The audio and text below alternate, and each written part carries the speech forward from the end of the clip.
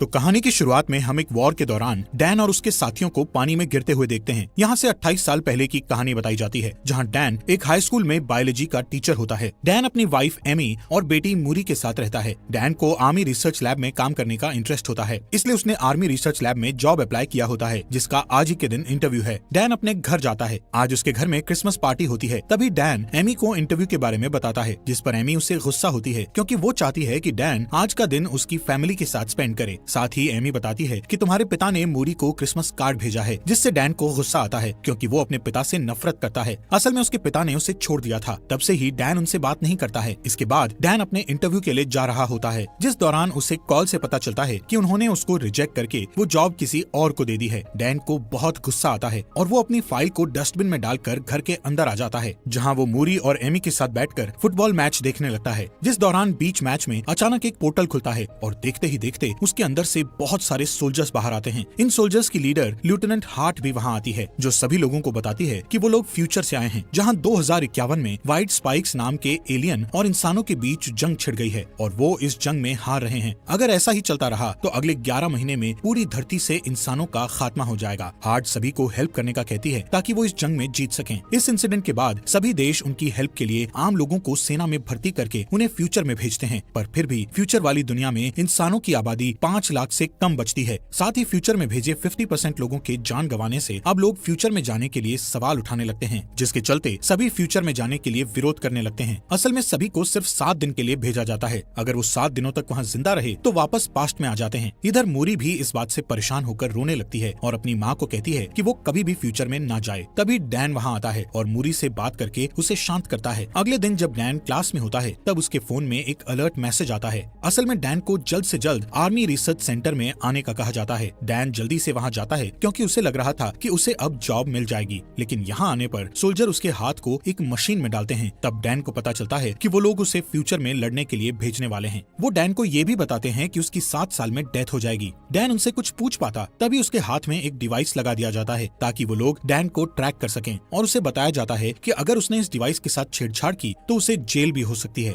अब डैन को 24 घंटे के अंदर अपने पर्सनल काम निपटाने को कहा जाता है, क्योंकि उसके बाद उसे जंग के लिए ट्रेन किया जाएगा। ये सब डैन की मर्जी के बिना हुआ था, पर अब वो कुछ नहीं कर सकता था। तभी हम एमी को देखते हैं, जो कि एक थेरेपिस्ट है और फ्यूचर से वापस आए लोगों की काउंसलिंग करती है। इसके बाद वहाँ डैन आता है और एमी को बताता है कि उसे 2051 में भेज रहे हैं। एमी जानती थी कि वहाँ से वापस आना मुश्किल है, इसलिए वो डैन को वहाँ जाने से मना करती है, जिस पर डैन बताता है कि उन्होंने मेरे हाथ पर ट्रैकर लगा दिया है, इसलिए अब चाहकर भी वो कुछ नहीं कर सकता। जिस पर एमी डैन को उसके पिता की हेल्प लेने को कहती है, क्योंकि सिर्फ उसके पिता ही उस डिवाइस को बाहर निकाल सकते हैं। इसके बाद वो अपने पिता के पास जाता है, जहाँ उसके पिता डिवाइस को निकालने के लिए तैयार हो जाते हैं, पर पुरानी बातों को याद करते हुए दोनों के बीच बहस होने लगती है। इसलिए डैन गुस्से में उस डिवाइस को निकलवाए बिना ही वहाँ से चला जाता है और एमी को बताता है कि उसे जंग लड़ने जाना ही पड़ेगा। ये जानकर एमी बहुत रोती है, पर डैन उससे प्रॉमिस करता है कि वो 7 दिन में वापस आ जाएगा। जिसके बाद वो मूरी को अलविदा कहता है और वहाँ से रिसर्च सेंटर चला जाता है। यहाँ डैन के साथ कई लोग फ्यूचर में जाने वाले थे। यहाँ सभी को आर्मी ड्रेस दी जाती है और सबको अलग अलग टीम में बांट दिया जाता है, जिसमें डैन की टीम का नाम आर फोर्स होता है, जो कि एक रिसर्च टीम है। यहाँ एक लड़की सवाल करती है कि वो टाइम मशीन से पीछे जाकर वॉर शुरू होने से पहले ही दुश्मनों को क्यों नहीं मार सकते, जिस पर वहाँ बैठा एक ऑफिसर उसे बताता है कि उनकी टाइम मशीन सिर्फ 30 साल का टाइम ट्रेवल कर सकती है, जिसमें वो सिर्फ 2051 में जाकर वहाँ से वापस 2022 में आ सकते हैं। इसके अलावा उन्हें ये भी बताया जाता है कि उनके जो दुश्मन हैं वो कोई इंसान नहीं है, बल्कि एलियंस हैं। रात होने पर डैन अपने दोस्त चार्ली से बात करता है, जिस दौरान इमरजेंसी अलार्म बजने लगता है। तभी लेफ्टिनेंट हार्ट सबको अभी के अभी फ्यूचर में जाने को कहती है।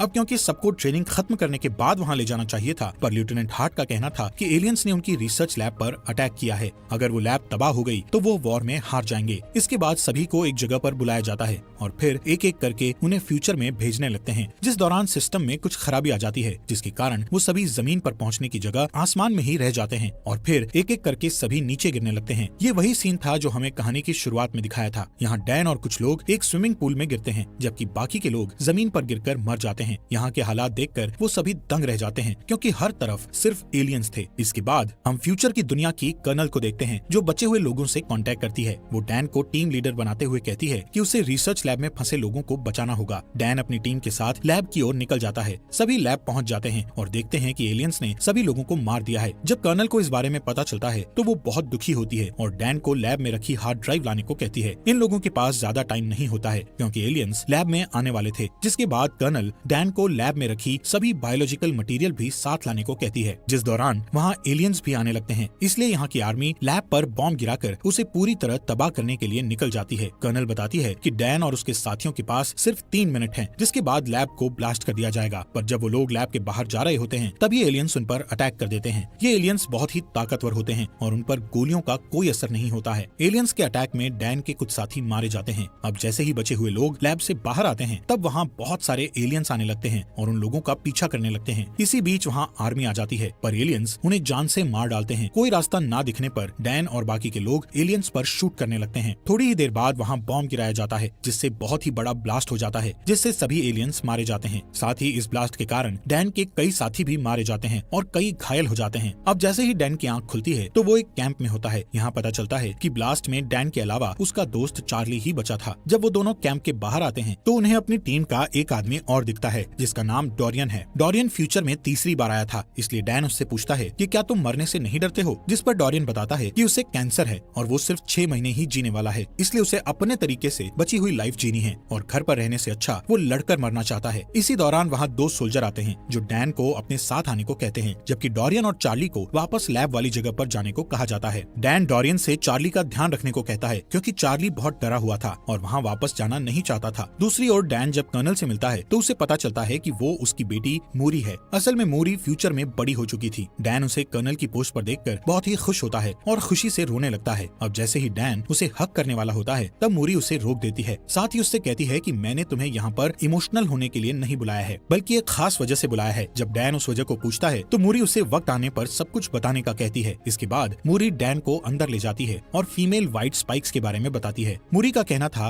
कि फीमेल एलियन बहुत ताकतवर और गुस्सैल होती है, जो कि जमीन के नीचे अपना घोंसला बनाती है और एलियंस को पैदा करती है। इस फीमेल एलियंस की हिफाजत सभी मेल एलियंस करते हैं और उसकी हिफाजत में अपनी जान तक दे देते हैं। मूरी डैन को अपने साथ एक मिशन पर ले जाने का कहती है। इस मिशन में वो फीमेल एलियन को पकड़कर उसके डीएनए से एक टॉक्सिन बनाना चाहती है, जिससे सभी एलियंस को मारा जा सके। असल में सभी अब तक मेल एलियंस को मार रहे थे, लेकिन फीमेल एलियंस को मार पाना मुश्किल था। अगर फीमेल एलियंस मारी जाएं, तो फिर और एलियंस पैदा नहीं होंगे और बचे हुए एलियंस को मारकर वो दुनिया को बचा लेंगे। इसके बाद वो सभी उस जगह पर जाते हैं जहाँ फीमेल एलियंस जमीन के अंदर रहती थी। इस जगह पर जाकर मूरी डैन को ऊपर ही रहने को कहती है और वो नीचे आकर फीमेल एलियन को पकड़ने लगती है। ये एलियन बहुत ताकतवर होती है और वो अपने मेल एलियंस को आवाज लगाकर उन्हें बुलाने लगती है। कुछ ही देर बाद वहाँ बहुत सारे एलियंस आने लगते हैं। ये देखकर डैन अपनी बेटी को बचाने के लिए नीचे उतर जाता है। आखिर में उस एलियन को पकड़ लिया जाता है और फिर उसे हेलीकॉप्टर से सेंटर में भेज दिया जाता है। पर तभी वहाँ कई एलियंस आ जाते हैं, जिनके अटैक से काफी सोल्जर्स मारे जाते हैं। इधर डैन और मूरी आर्मी की एक कार में बैठ जाते हैं, जहाँ डैन कार को ड्राइव करता है और मूरी एलियंस पर शूट करती है। इसके बाद वो दोनों एक बीच पर पहुंच जाते हैं, जहाँ एक भी एलियन नहीं था। इधर मूरी डैन से गुस्सा होकर पूछती है कि वो हेलीकॉप्टर से नीचे क्यों आया, जिस पर डैन कहता है कि तुम मेरी बेटी हो और तुम्हें खतरे में देखकर मैं चुप कैसे बैठ सकता था। यहाँ मूरी डैन को बताती है कि मैं जब 12 साल की थी तब तुम मुझे और मेरी माँ को छोड़कर चले गए थे और फिर कुछ सालों बाद तुम्हारी डेथ हो गई। यही कारण था कि मूरी अभी तक डैन को देखकर खुश नहीं थी। मूरी को रोता देख डैन बहुत दुखी होता है। उसे समझ नहीं आ रहा था कि आखिर उसने पास्ट में अपनी फैमिली को क्यों छोड़ा। थोड़ी ही देर बाद वहाँ हेलीकॉप्टर आता है और समुद्र के बीच बने आर्मी सेंटर में ले जाता है। इस जगह को इतना खास बनाया गया था कि कोई भी एलियन वहाँ ना आ सके। इस जगह पर ही उस फीमेल एलियन को रखा गया था। मूरी उसका ब्लड सैंपल लेकर उसका डीएनए निकालती है। डीएनए चेक करने पर उसे पता चलता है कि उसे अभी कई सैंपल लेकर हजारों टेस्ट करने होंगे, तब जाकर एक टॉक्सिन बनेगा। इस टॉक्सिन के बनने के बाद वो सभी एलियंस को आसानी से मार सकेंगे। मूरी सभी डीएनए सैंपल्स पर काम करती है, पर उसे अभी तक परफेक्ट डीएनए सैंपल नहीं मिला था। ये सैंपल सिर्फ 60% और 50% तक सीमित होते थे। मूरी पूरी रात जागकर सैंपल टेस्ट करती है, पर अभी तक उसे कोई अच्छा रिजल्ट नहीं मिलता है। इसके बाद वहाँ डैन आता है और मूरी को रेस्ट करने का कहता है। आज के दिन डैन को यहाँ 7 दिन हो चुके थे, इसलिए अब उसे वापस 2022 में जाना था।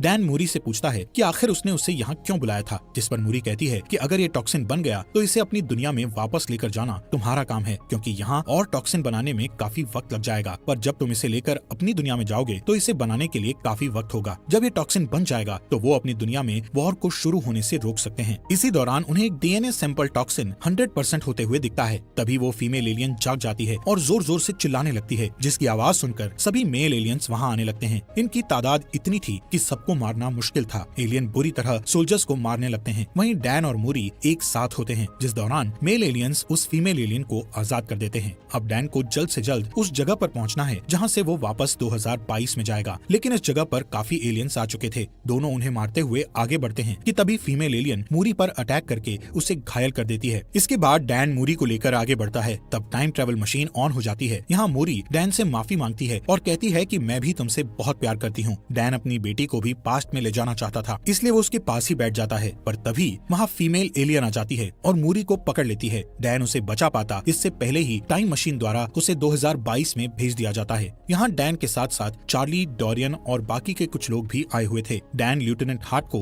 वो टॉक्सिन देता है और बड़ी मात्रा में बनाकर फ्यूचर में भेजने का कहता है, जिस पर लेफ्टिनेंट हार्ट बताती है कि अब जंप लिंक बंद हो गया है, यानी कि अब वो टाइम मशीन का यूज नहीं कर सकते हैं, इसलिए वो ये वॉर हार गए हैं। जिसके बाद डैन अपनी वाइफ से मिलता है। डैन फ्यूचर में मूरी की डेथ को लेकर बहुत दुखी था। जब वो घर आकर मूरी को देखता है तो उसे गले लगा लेता है और रात भर उसके रूम में ही बैठा रहता है। जिसके बाद एमी उसके पास आती है। तब डैन उसे फ्यूचर की मूरी के बारे में बताता है। अब डैन फ्यूचर में होने वाले वॉर को रोकने के लिए कुछ करने का सोचता है, इसलिए वो सबसे पहले डोरियन के पास जाता है और उससे एलियन का नेल मांगता है, जो कि डोरियन ने फ्यूचर में जाकर अपने पास रख लिया था। इसके बाद वो दोनों उस नेल को लेकर चार्ली के पास जाते हैं। चार्ली उस नेल पर रिसर्च करता है तो उन्हें पता चलता है कि उनके नेल्स पर ज्वालामुखी की राख लगी हुई है। चार्ली बताता है कि ये राख चाइना में फटे ज्वालामुखी की राख है। तब डैन कहता है कि लेफ्टिनेंट हार्ट ने बताया था एलियन का पहला हमला रशिया में हुआ था, फिर उनके नेल्स में चाइना की ज्वालामुखी की राख क्यों है। तभी डैन को उनका एक स्टूडेंट याद आता है जो कि ज्वालामुखी टॉपिक के बारे में बहुत कुछ जानता था, इसलिए वो तीनों उसके पास जाते हैं, जहाँ स्टूडेंट बताता है कि आज से 1000 साल पहले चाइना में ज्वालामुखी फटा था, जिसकी लहरें रशिया तक भी पहुँच गई थी और फिर वो राख में बदलकर वहीं पर जम गई थी। फिर कुछ समय बीतने के बाद वो जगह बर्फ से ढक गई। ये सब जानने के बाद वो समझ जाते हैं कि जरूर कोई एलियन शिप वहाँ आई होगी और फिर बर्फ ढकने के कारण वो वहीं दब गए होंगे, जो कि 2051 में बर्फ पिघलने के बाद धरती के ऊपर आ गए। इसके बाद डैन और चार्ली डिफेंस ऑफ सिक्योरिटी के पास जाकर उन्हें सारी थियोरी बताते हैं और रशिया जाकर सभी एलियंस को वॉर के पहले ही मारने को कहते हैं, लेकिन वो उन दोनों की थियोरी पर यकीन नहीं करता है, इसलिए उनका साथ देने से मना कर देता है। इसलिए वो तीनों खुद ही वहाँ जाकर उन एलियंस को मारने का सोचते हैं। अब डैन अपने पिता से हेल्प मांगने के लिए जाता है क्योंकि उनके पास प्लेन था। डैन अपने पिता को सारी बात बताता है और कहता है कि उसे एलियंस को मारने के लिए रशिया के ग्लेशियर आइलैंड पर जाना होगा, जिसके लिए उसे उनके प्लेन और एक पायलट की जरूरत है। डैन के पिता उसकी बात मान जाते हैं और साथ चलने के लिए रेडी हो जाते हैं। इसके अलावा डैन लेफ्टिनेंट हार्ट की मदद से बहुत सारा टॉक्सिन बनवा चुका था, जिसे लेकर वो रशिया चले जाते हैं। यहाँ डैन अपने साथ एक टीम लेकर गया हुआ था। वो सभी ग्लेशियर आइलैंड के ऊपर पहुँच जाते हैं और एक ब्लास्ट करके जमीन के नीचे जाते हैं, जहाँ उन्हें एक एलियन शिप दिखाई देती है जो कि काफी टाइम पहले क्रैश हो गई थी। वो अंदर जाकर देखते हैं तो उन्हें एलियंस की डेड बॉडीज दिखती हैं। यहाँ उन्हें पता चलता है कि कुछ एलियंस अपने आप को जिंदा रखने के लिए सो रहे हैं, जिसके बाद वो अभी टॉक्सिन से उन एलियंस को मारने लगते हैं, जिस दौरान फीमेल एलियन जाग जाती है और उन सब पर हमला कर देती है। तब डोरियन सबको शिप से बाहर जाने का कहकर शिप को ब्लास्ट करके सब कुछ खत्म करने का कहता है। इसके बाद वो सभी एलियंस एक एक करके बाहर आने लगते हैं, जिन्हें डैन के पिता शूट करके मारते हैं, लेकिन ज्यादा एलियन होने के कारण डोरियन को शिप ब्लास्ट करनी पड़ती है, जिससे डोरियन की भी डेथ हो जाती है। यहाँ सिर्फ चार्ली, डैन और उसके पिता ही बचे थे। डैन के पिता बताते हैं कि एक एलियन यहाँ से भाग गया है। अब दोनों उसे ढूंढते हैं और चालाकी से उस पर शूट करते हैं। ये वही फीमेल एलियन होती है जो कि बहुत ताकतवर है और उसे आसानी से मार पाना बहुत मुश्किल है। तभी वो वहाँ से भागकर छुप जाती है और डैन पर अटैक करती है। ये देख डैन के पिता उस पर अटैक करके डैन को बचाते हैं, पर थोड़ी देर बाद वो डैन के पिता पर अटैक करती है। तब डैन जल्दी से उठकर उस एलियन को जान से मार देता है। इसके बाद डैन अपने घर आ जाता है और उसके साथ उसके पिता भी होते हैं। अब डैन डिसाइड करता है कि वो ऐसी कोई गलती नहीं करेगा जिससे उसका परिवार बिखर जाए, और इसी के साथ ये मूवी